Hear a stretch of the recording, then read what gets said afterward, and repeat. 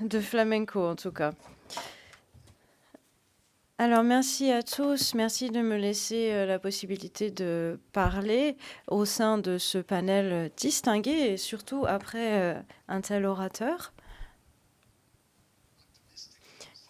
Un scénario qui nous a présenté un scénario si optimiste, c'est-à-dire que peut-il se passer lorsqu'on a des ressources très limitées et ce qu'on peut faire grâce aux données. Et je pense que c'est formidable. Donc ça nous amène à ce dont je vais vous parler.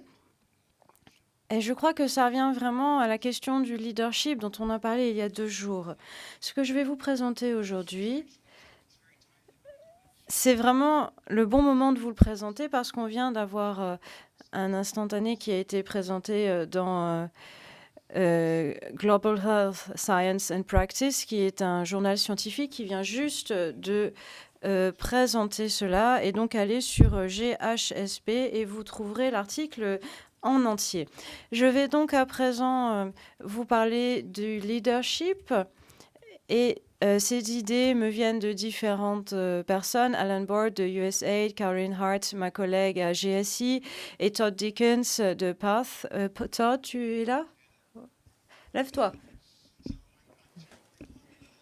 Voilà, donc je suis ici en leur nom et j'aimerais les remercier de m'avoir permis de faire partie de la rédaction de ce document. Alors imaginez ceci. Vous êtes ministre de la Santé. Vous êtes responsable du système de santé pour les citoyens. Votre mandat, votre travail, c'est de vous assurer que les besoins en service pour l'information et les fournitures soient atteints pour maintenir ou pour que les patients guérissent et qu'ils mènent des vies productives dans leur communauté. Des vies en dépendent, votre économie, votre pays en dépend. Alors, une partie de votre mandat, c'est de vous assurer que les gens ont accès à des médicaments de bonne qualité, qui soient à un prix raisonnable, aux vaccins, etc. Mais bien sûr, ce n'est pas facile.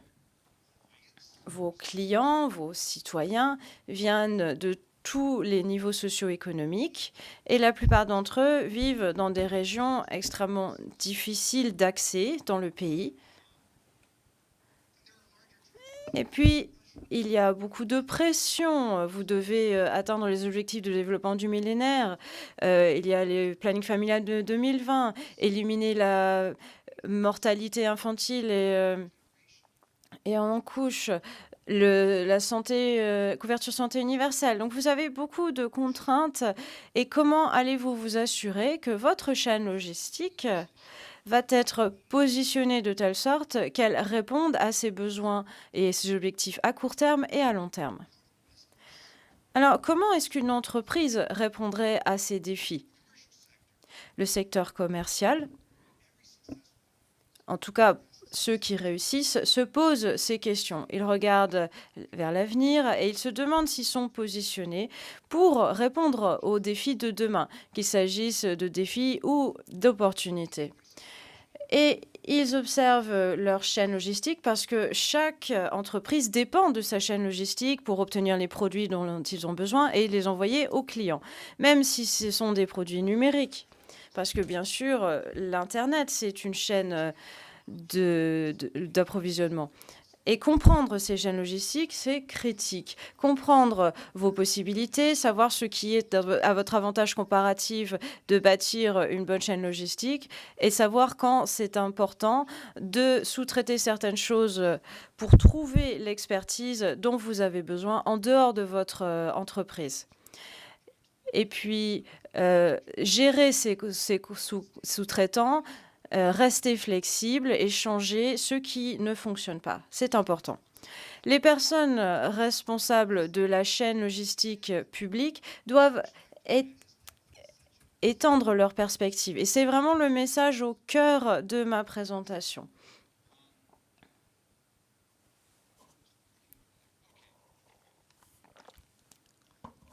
Alors, une perspective étendue de la mission et de la composition de la chaîne logistique. D'abord, Ce changement de perspective réclame 3 principes fondateurs, appelons-les ainsi. D'abord, il faut être le capitaine du bateau. On a parlé du leadership, mais moi je vais parler de stewardship, d'être le capitaine du bateau pour arriver à des objectifs de développement communs.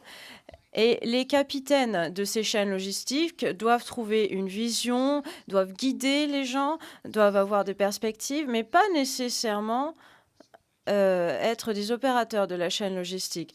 Parfois, ce sera approprié et parfois non. Il faudra les faire évoluer. La chaîne logistique traditionnelle est verticale et opérée uniquement par les gouvernements. Ça, c'est du passé.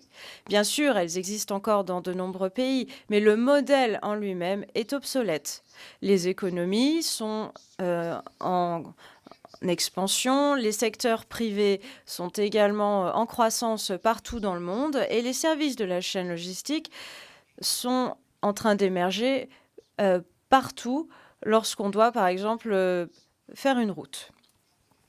Il existe de nombreux acteurs dans la chaîne logistique aujourd'hui, beaucoup plus qu'il n'y en avait il y a seulement 10 ans. Donc reconnaissez la multiplicité des acteurs, la multiplicité et la diversité de ces acteurs au sein des options de la chaîne logistique, des acteurs à qui vous avez accès et qui peuvent contribuer à améliorer la disponibilité du produit.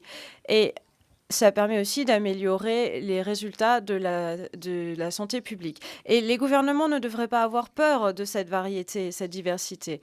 Au cours des dernières années, on a vu de nombreuses plaintes des dépôts centraux de médicaments et des ministères de la Santé parce qu'il y a trop d'acteurs, il se passe trop de choses, on ne peut plus rien contrôler. Exactement. Précisément. N'essayez pas de les contrôler, essayez de les utiliser. Voyez-les comme un point positif dans la gestion du risque au sein d'une seule chaîne logistique et utiliser la redondance de ces différents acteurs pour faire arriver vos produits où ils doivent arriver. Restez flexible, gérer le risque, collaborer, coordonner, créer des alliances au sein du secteur et parmi les acteurs. Donc, en un mot, prenez la multiplicité à bras-le-corps et utilisez-la pour intégrer,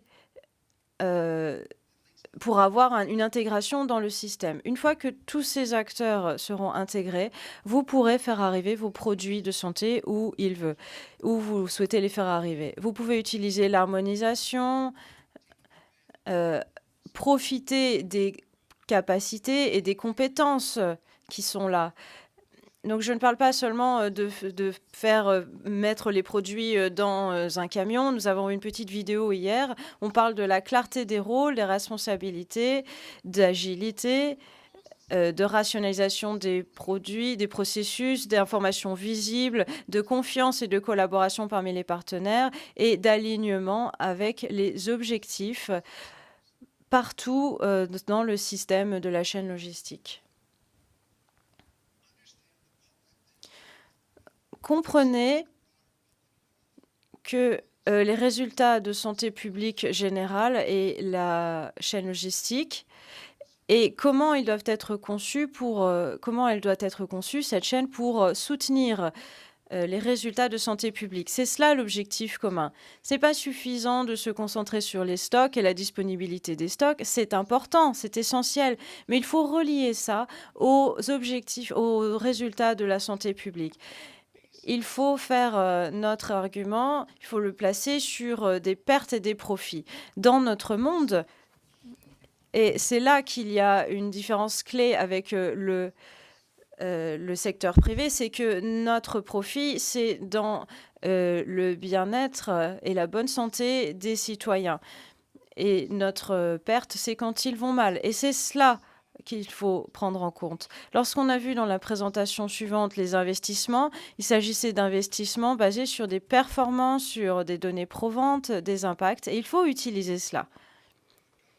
Les gouvernements ont besoin de nouveaux talents, de leadership, de réglementation, de recherche des marchés, de contrats et d'un aperçu de différents sous-traitants et puis une analyse, comme on l'a vu précédemment, et d'avoir une bonne construction de la chaîne.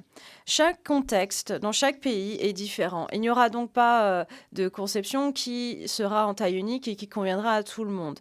Mais souvenez-vous de ceci, les gouvernements devraient utiliser cela lorsqu'ils veulent améliorer leur chaîne logistique à l'avenir. Connaissez votre domaine. Concentrez-vous seulement sur ce que vous savez faire.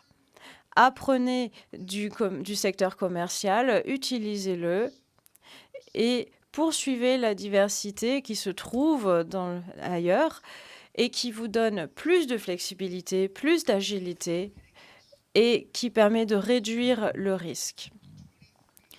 En 2035, en nous basant sur les publications récentes, Global Health 2025 avait publié dans les années 90 qu'il fallait investir dans la santé publique. Pour 2035, la couverture universelle devrait être quasiment universelle.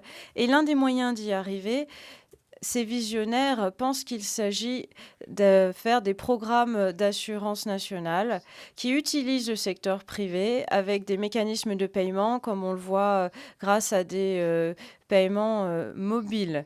L'avenir, aujourd'hui, est à notre porte et il faut garder cela à l'esprit lorsqu'on commence à penser « Ah, c'est peut-être un château en Espagne ». Mais réfléchissez, où en étions-nous il y a 15 ans lorsqu'on parlait de santé mondiale et on nous disait « couverture universelle, impossible ». En Afrique, impossible.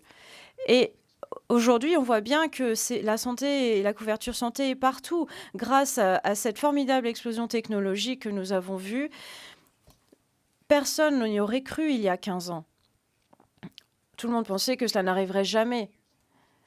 Et il faut donc réfléchir à ce qui se passera dans 25 ans et à nous positionner dès aujourd'hui pour préparer demain. Comment est-ce qu'on peut préparer la chaîne logistique pour utiliser des systèmes d'assurance qui ne sont pas encore là aujourd'hui, demain, mais qui seront là en 2035? Comment utiliser le secteur privé pour atteindre ces objectifs? Et les gouvernements peuvent se concentrer sur les endroits difficilement accessibles et faire en sorte que les services, un jour, y arriveront et seront efficaces. Voici donc notre thème pour la journée, renforcer les capacités dans la chaîne logistique sur laquelle nous nous basons. Et ça inclut pas seulement les capacités du gouvernement, mais ça devra utiliser les capacités de nos partenaires du secteur privé, avec qui nous voulons, vers qui nous voulons sous-traiter pour avoir une chaîne logistique durable. Nous pouvons le faire grâce à des mécanismes de contrats flexibles qui encouragent la performance et qui les encouragent aussi à investir dans leurs employés, dans l'innovation, dans la technologie et dans l'amélioration constante. Donc lorsqu'on parle de renforcer les capacités, on ne parle pas seulement de nos capacités, mais il s'agit des capacités de toutes les possibilités dans la chaîne logistique. Parce que le changement va se produire, c'est inévitable, nous le savons. Et si l'on veut avoir des réussites, c'est en prenant des responsabilités, en utilisant les différentes options de la chaîne logistique, en trouvant des nouvelles visions pour faire acheminer les produits vers les personnes et pour améliorer en général, pour arriver à une génération sans VIH, pour éliminer la mortalité infantile et pour apporter la santé à tout le monde. Merci beaucoup.